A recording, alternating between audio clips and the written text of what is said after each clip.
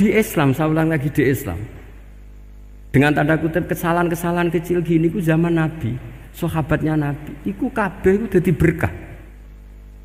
Makanya enggak ada ilmu sebarokah kayak zaman Nabi. Wong goblok wae dadi berkah.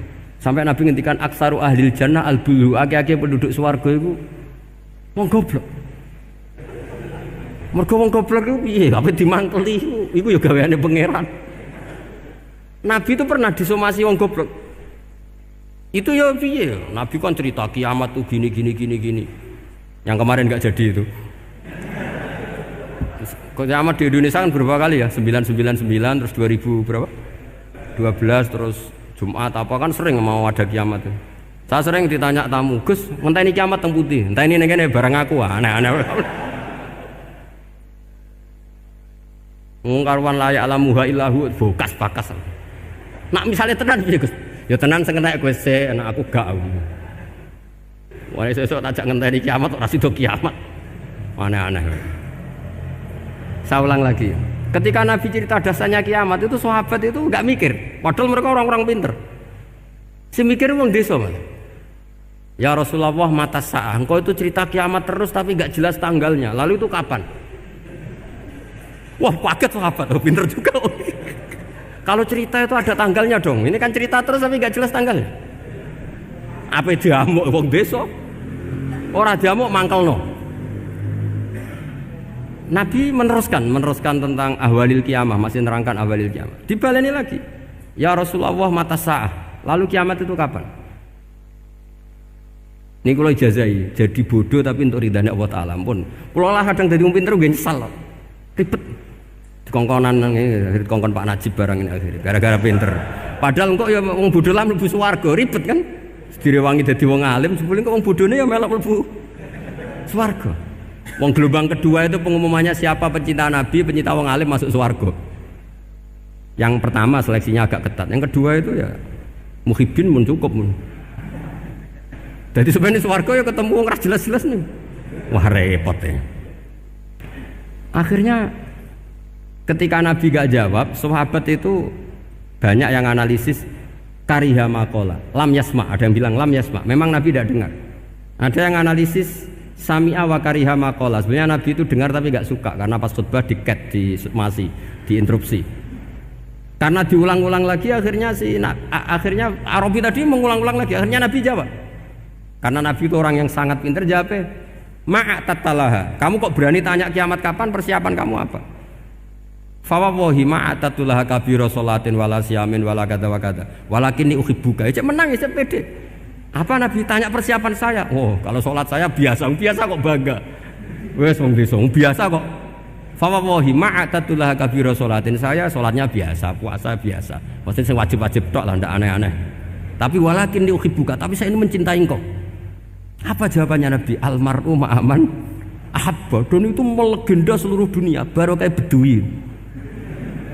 Jadi semua orang yang hafal hadis almar'u ma'aman ahabba atau anta ma'aman ahbabta itu barokatu hadal badui, karena berkahnya orang Bedui. Dan hadis itu mutawatir karena dikatakan Nabi ketika khutbah, orangnya banyak yang hadir banyak. Barokahnya orang Bedui, gak disopan santun. Mukjizatnya Nabi seringnya gara-gara orang Bedui. Nabi khutbah, wis khutbah cerita akhirat, cerita kebaikan. Ya Rasulullah, kok khutbah mohon bakas akhirat kebaikan. Sekarang itu tidak ada hujan, halakatil amwal. Sekarang harta hilang semua. Hewan-hewan sudah mau mati semua karena apa? Kekeringan. Mohon jenengan rasa bakas niku, pun jaluk udan mawon. Nabi langsung Allahumma wah langsung udan tuwres.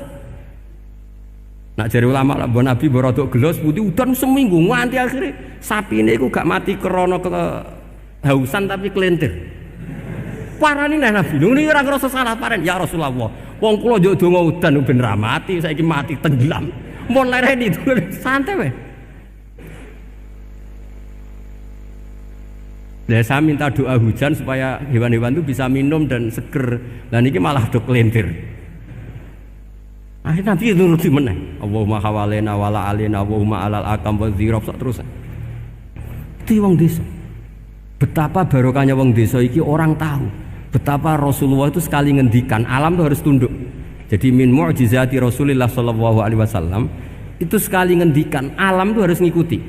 Jadi Nabi misalnya ngendikan hujan, itu panitia hujan, malaikat hujan harus nuruti. Nabi ngendikan berhenti juga harus berhenti. Makanya enak jadi Nabi itu. Tapi kamu nggak mungkin, sudah tutup, tidak ada mungkin. Makanya Nabi itu pernah minta dalam satu maidah, ya fulan saya ambilkan dirok. Dirok itu kaki kambing yang depan, diambilkan. Ambilkan lagi, diambilkan. Ambilkan lagi ya Rasulullah, bukankah kambing hanya punya dirok dua, kaki depan dua? Andaikan kamu bilang iya, maka akan selalu ada dirok selagi aku minta-minta. Karena alam ini akan mengikuti. Jadi Nabi misalnya mau dahar gitu ya, kok Nabi ngendikan ya Jabir, ini jangan kamu entas, yang entas harus saya. Ini cukup untuk makan orang banyak. Nabi sekali ngendikan cukup. Nasi ini punya konstitusi, harus cukup. Karena Nabi ngendikan cukup. Itu hebatnya Nabi. Beliau punya spesial. Alam ini harus nurut sama beliau. Makanya disebut wadhabu wal ghazala yasadani laka birrisalah. Semuanya itu harus tunduk. Nah, akhirnya syafaat-syafaatnya Nabi itu gara-gara wong desa-desa.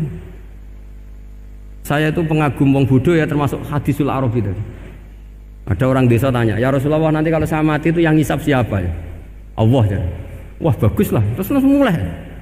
Barang mulai, abe guyu. Nabi iya karpe, dipanggil lagi. Ya Arabi, kenapa kamu tertawa-tawa terus pulang? Ya baguslah kalau yang ngisap Allah. Selama ini hubungan sama Allah saya baik-baik saja. Tapi Nabi muji faqhu hadzal Arabi, wis pinter kowe cong. Terus pernah lagi ada orang Bedui tanya, hal yadhakur rabbu ya Rasulullah, apakah Tuhan itu pernah senyum, pernah tertawa? Naam, kata Nabi, ya pernah. Lan na'dima min rabbin yadhaku khairan. Kalau Tuhan pernah senyum, pernah tertawa, wah orang kalau pernah tertawa itu pasti baik. Ya baguslah, enggak apa-apa. Jadi makanya ini unik ya, Islam itu agama yang unik, agama yang berkah, yang alimnya ya ketulungan, yang bodoh juga ketulungan. Karena memang agama ini untuk semua, lil alamin, untuk semua. Maka kata Imam Ghazali, Allah mengutus Nabi itu diutus ke raja-raja, diutus ke pedagang, diutus ke aromil, diutus ke fuqara, diutus ke birokrat, diutus ke apa saja. Ila jami'i sunufin nas, ila jami'i asnafin nas. Bahwa semua yang mengapresiasi kenabiannya Nabi itu mulai raja, pedagang, PNS, birokrat, orang miskin, orang apa saja mengapresiasi dakwahnya Rasulullah Shallallahu Alaihi Wasallam. Al-Fatihah.